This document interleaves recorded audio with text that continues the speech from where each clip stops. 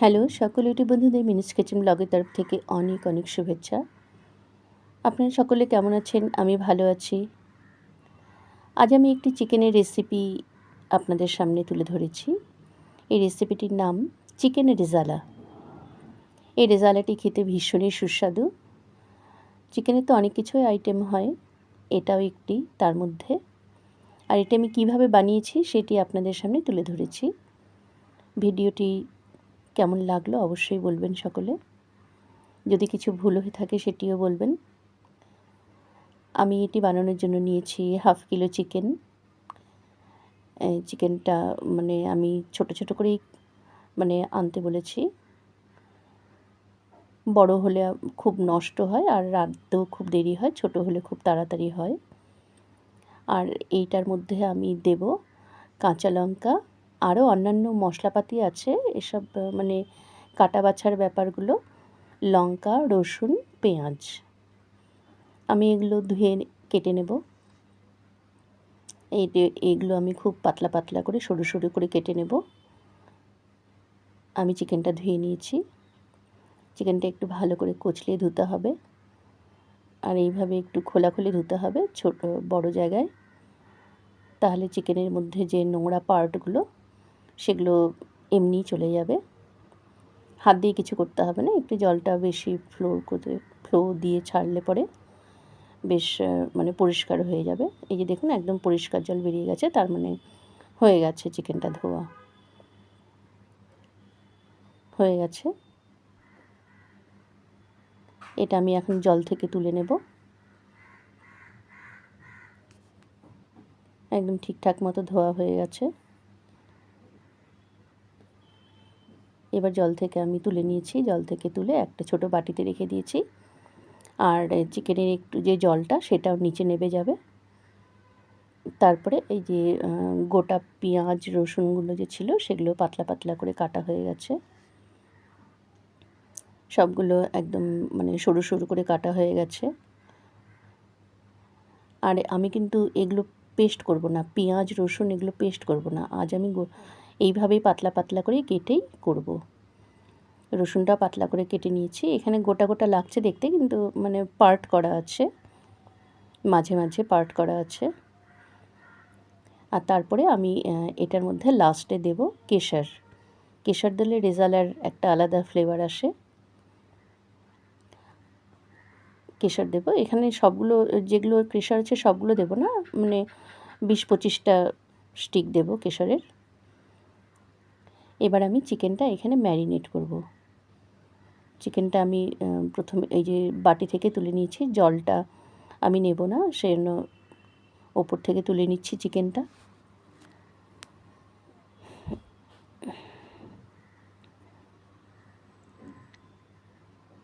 সবগুলো নেওয়া হয়ে গেছে।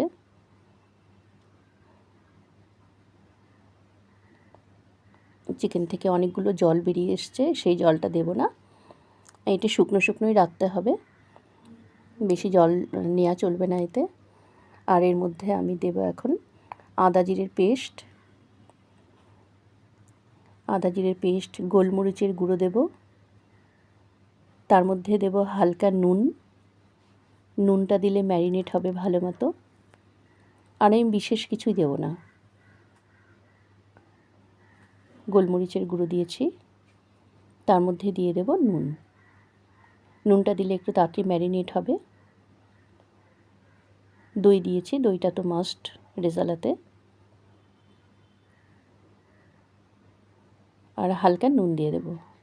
এখন একটু দেব, রাঁধবার সময় অল্প একটু দেব, তাহলে আমার নুনের ব্যালেন্সটা ঠিক হয়ে যাবে। এখনই পুরো নুনটা দেব না। তারপরে সবগুলো দিয়ে একটু কচলে নিতে হবে। কচলে নিলে এখানেই অল্প একটু ম্যারিনেটের ব্যাপারটা হয়ে যাবে। আর আমি এটা 1 ঘন্টার মতো চেপে রেখে দেব ঢাকনা দিয়ে।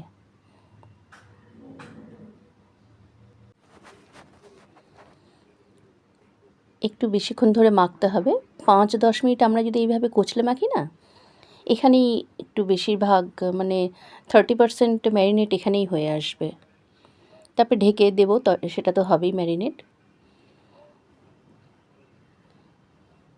এই দেখুন আমার মোটামুটি মাখতে মাখতে একটু কমে এসছে, ম্যারিনেট হলে একটু কমে আসবে। একটু কচলে মেখে নিয়েছি, মেখে টেখে এটা একদম আমি ঢেকে রেখে দেবো 1 ঘন্টা। এদিকে 1 ঘন্টা এটা চেপে রেখে দেবো। তারপরে আমার আরও অন্যান্য কাজগুলো সেসব করতে থাকবো। যেমন এখন আমি নেব মানে কাঁচা বাদাম নেব। কাঁচা বাদামটা ভিজিয়ে রাখলে ভালো হতো, ভিজিয়ে রাখিনি। এটা আমি হালকা মুছে নেব, জল দিয়ে ধোবো না কিন্তু, মুছে নেব হাত দিয়েই। পরিষ্কারই আছে তবুও জল দিয়ে মানে হাত দিয়ে মুছে নিলাম, একটু নোংরাটা চলে গেল। কাঁচা বাদাম নিয়েছি, আর তার মধ্যে নিয়েছি তিল। আমি কিন্তু আজ কাজু বাদাম দিইনি, কাজু বাদাম দিলে বেশি টেস্ট হয়। সেই জায়গায় আমি চীনা বাদাম দিয়েছি। তিল নিয়েছি 1 চামচের মতো, আর 1 চামচ নেব পোস্ত। পোস্তটাতে মানে মেন স্বাদটা থাকে, পোস্ত আর দইয়ে মেন স্বাদটা থাকে। রেজালার 1 চামচ পোস্ত নিলাম। এবার আমি এসব নোড়ায় বাটবো, গ্রাইন্ডারে নয় কিন্তু। গ্রাইন্ডারে মানে অল্প তো, গ্রাইন্ডারে কিন্তু এটা ভালো হবে না। হ্যাঁ, এই আমার নোড়াতে বাটা হয়ে গেছে, বেটে নিয়েছি আমি সবগুলো। বাদাম, পোস্ত আর তিলটা বেটে নিয়েছি। তারপরে আমি একটু এলাচও গুঁড়ো করে নিয়েছিলাম নোড়াতে আগে। এর মধ্যে দারচিনি, এলাচ সব আছে। আর গোলমরিচের গুঁড়ো আর দিইনি, লবঙ্গ দিইনি। আমার এদিকে ম্যারিনেট হয়ে গেছে। দেখুন ম্যারিনেট প্রায় মোটামুটি আমার কমপ্লিট। এবার চলে আসবো রান্নাঘরে। রান্নাঘরে এসে কড়াই চাপিয়ে দিয়েছি। কড়াই চাপিয়ে দিয়ে কড়াই গরম করে তেল নিয়ে নিলাম। আমি সর্ষের তেল ইউজ করেছি, আপনারা চাইলে সাদা তেলও দিতে পারেন। আমার আবার সর্ষের তেলের রান্নাটা বেশি মানে ভালো লাগে, একটু ঝাঁঝালো রান্না হয়, স্পাইসি হয়। একটু ঢেকে দিয়েছি, ঢাকনার মধ্যে যে জলটা ছিল সেটা ফুটছে। আর আমি এই যে রসুন, পেঁয়াজ, কাঁচা লঙ্কা এসব কিন্তু আমি ভেজে নেব। আমি কিন্তু সব একসঙ্গে দেব না, এসব আজকে আমি একটু অন্যরকমভাবে বানিয়েছি। এই যে ভেজে আমি এক এক করে আলাদা আলাদা করে ভাজবো আর তুলে তুলে নেব। আর এটা আমি লাস্টে দেব, চিকেনটা মানে হবার ঠিক 5 মিনিট আগে দেব। আমার লঙ্কাগুলো আগে ভাজলাম। এটা একটা অন্যরকম টেস্ট। 2-3 রকমভাবে আমি করেছি, কিন্তু এইভাবে আমার একটু অন্যরকম টেস্ট লেগেছে, ভালো লেগেছে। যেমন করে বেরেস্তা বানায় বিরিয়ানি, সেইভাবে আমি সব আগে ভেজে নিয়েছি। পেঁয়াজটাও আগে ভেজে নিয়েছি। পেঁয়াজটা বেশি ব্রাউন করব না কিন্তু, হালকা মানে ম্যারিনেট হয়ে আসবে তারপর। আর পেঁয়াজটা ভাজবার সময় আমি একটু মানে নুন দিয়ে দিয়েছি। নুন দিয়ে দিলে, আর আমি এই যে নুন দিয়েছি আর চিকেন ম্যারিনেটের সময় যে নুন দিয়েছি, এই 2 বার নুন দিয়েছি, আর দেব না। এই পেঁয়াজটা হালকা যখন হয়ে আসবে, কমে আসবে, এই যে কমে এসছে, আমি পেঁয়াজটাও তুলে নিলাম।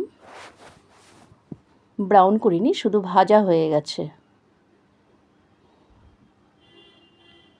পেঁয়াজটাও তোলা হয়ে গেছে। এবার আমি লাস্টে রসুনগুলো দিয়ে দেবো। রসুনটাও এইখানেই দিয়ে দেব। রসুনটাও ভেজে নিলাম। রসুনটা খুব তাড়াতাড়ি ভাজা হয়ে যাবে, অল্প তো, কড়াইটা একটু তাতিয়ে নিয়েছি বেশি করে, তাহলে তাড়াতাড়ি হবে। রসুনটাও আমার ভাজা হয়ে গেছে, রসুনটাও তুলে নিচ্ছি।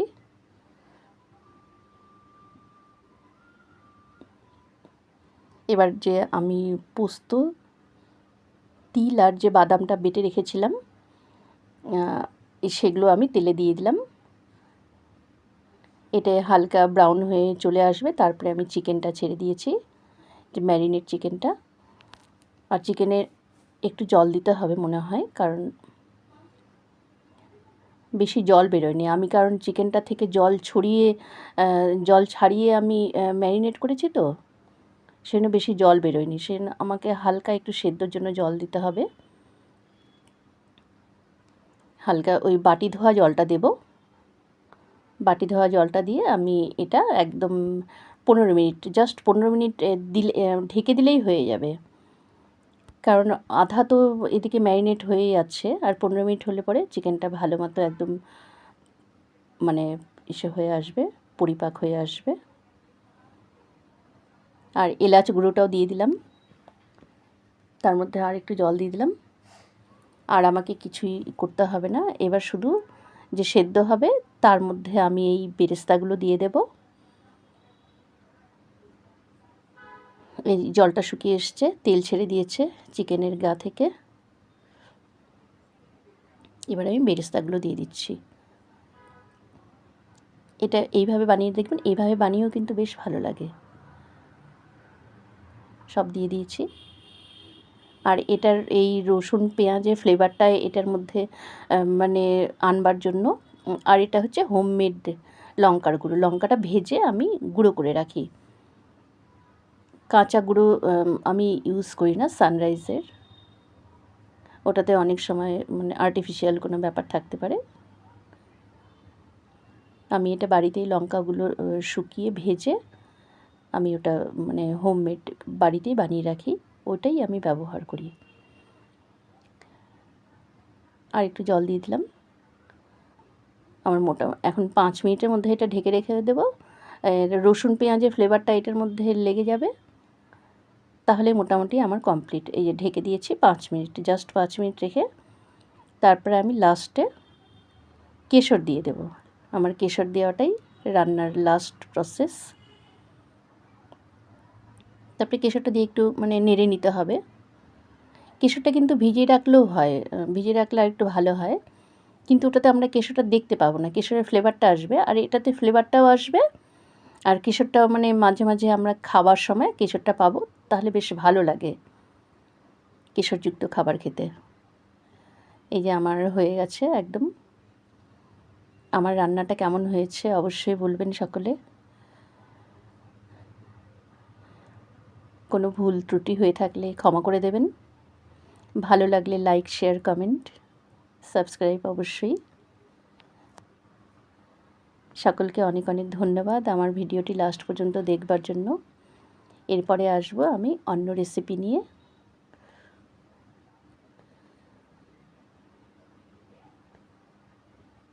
কেমন হয়েছে সকলে কমেন্ট করুন। ধন্যবাদ সকলকে আমার ভিডিওটি লাস্ট পর্যন্ত দেখবার জন্য।